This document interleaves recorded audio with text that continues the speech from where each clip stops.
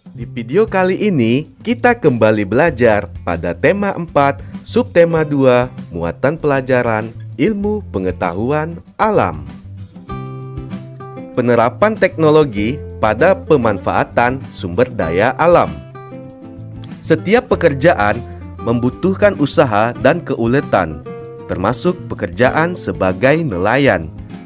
Salah satu teknologi yang dibutuhkan nelayan yaitu teknologi menangkap ikan. Teknologi yang digunakan untuk menangkap ikan yaitu teknologi tradisional dan teknologi modern. 1. Teknologi tradisional. Berikut ini beberapa peralatan yang digunakan nelayan tradisional. Yang pertama, jala atau jaring, terbuat dari bahan serat tumbuhan atau hewan. Kedua, alat pancing. Alat pancing tradisional terbuat dari kayu yang dikaitkan dengan tali dan mata pancing. Yang ketiga, bubu. Alat ini terbuat dari bambu yang dianyam berbentuk bulat panjang dan ditenggelamkan di dasar sungai atau laut. Yang keempat, tombak. Alat ini terdiri dari sebatang kayu, tali penarik, dan mata tombak. Tombak dilemparkan ke dalam air, kemudian tali penarik ditarik jika sudah mendapatkan ikan. Teknologi yang kedua yaitu teknologi modern. Berikut ini beberapa peralatan yang digunakan nelayan modern.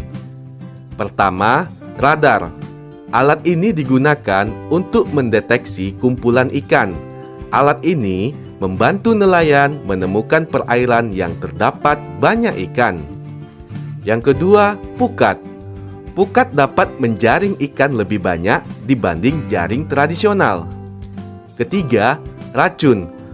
Racun merupakan zat pelemas untuk ikan yang terbuat dari tumbuhan dan bahan kimia. Selanjutnya, bom. Merupakan bahan peledak yang diledakkan di dalam laut untuk menangkap ikan. Perbedaan dan persamaan nelayan tradisional dan modern. Nelayan tradisional menggunakan perahu layar dan menggunakan peralatan tangkap yang masih sederhana. Sedangkan nelayan modern menggunakan perahu bermesin, menggunakan peralatan tangkap modern, memanfaatkan gelombang suara atau sonar. Persamaan dari nelayan tradisional dan nelayan modern yaitu sama-sama mencari ikan, menjual ikan untuk kebutuhan sehari-hari, dan sama-sama mengandalkan perkiraan cuaca dan gelombang laut. Dampak pemanfaatan teknologi bagi keseimbangan alam. Dampak positif penggunaan teknologi yaitu: pertama, teknologi tradisional. Dampak positif dari teknologi tradisional tidak merusak ekosistem. Kemudian, bahan dan alat yang digunakan mudah didapat. Selanjutnya, dampak positif dari teknologi modern. Hasil tangkapan nelayan lebih banyak. Yang kedua, menghemat waktu dan tenaga karena menggunakan peralatan canggih. Dampak negatif penggunaan teknologi. Dampak negatif penggunaan teknologi tradisional. Hasil tangkapan sedikit karena bergantung pada cuaca dan arah angin. Yang kedua, menghabiskan waktu dan tenaga karena peralatan masih sederhana.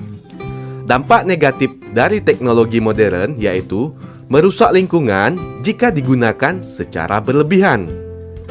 Menghabiskan biaya karena alat yang digunakan dibuat oleh pabrik. Beberapa teknologi penangkapan ikan sudah dilarang penggunaannya. Contohnya, penggunaan bom dan pukat harimau. Akibat penggunaan bom ikan. Bom mengandung bahan kimia yang dapat mencemari laut. Ledakan bom menghancurkan terumbu karang dan ekosistem di bawah laut. Ledakan bom membunuh semua hewan laut di sekitarnya, termasuk anak-anak ikan dan terumbu karang. Penggunaan teknologi yang dilarang penggunaannya yaitu pukat harimau. Akibat penggunaan pukat harimau. pukat harimau yang besar dan berat dapat merusak terumbu karang dan ekosistem laut. Hewan laut lainnya ikut terjaring sehingga jumlahnya semakin berkurang atau punah. Anak ikan ikut terjaring sehingga mengganggu kelestarian berbagai jenis ikan. Hal-hal yang perlu diperhatikan supaya keseimbangan alam tetap terjaga. Yang pertama, tidak menangkap ikan secara besar-besaran. Kedua, tidak menggunakan bahan peledak atau racun. Tiga, tidak menggunakan pukat harimau. Dan yang keempat, memperhitungkan daur hidup ikan. Menurutmu, bagaimana cara nelayan menangkap ikan agar keseimbangan sumber daya alam dapat terjaga?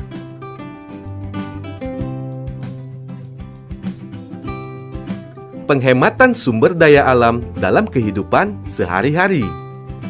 Yang pertama, tidak merusak bangunan seperti rumah dan sekolah. Kedua, menanam tanaman sayur dan buah di halaman rumah. Tiga, menggunakan kursi dengan baik dan tidak merusaknya. Yang keempat, melakukan penghijauan. Dan yang kelima, menggunakan barang sesuai kebutuhan. Contoh kegiatan menghemat penggunaan sumber daya alam. Menghemat air saat mencuci. Contoh yang berikutnya, hemat saat menggunakan kertas.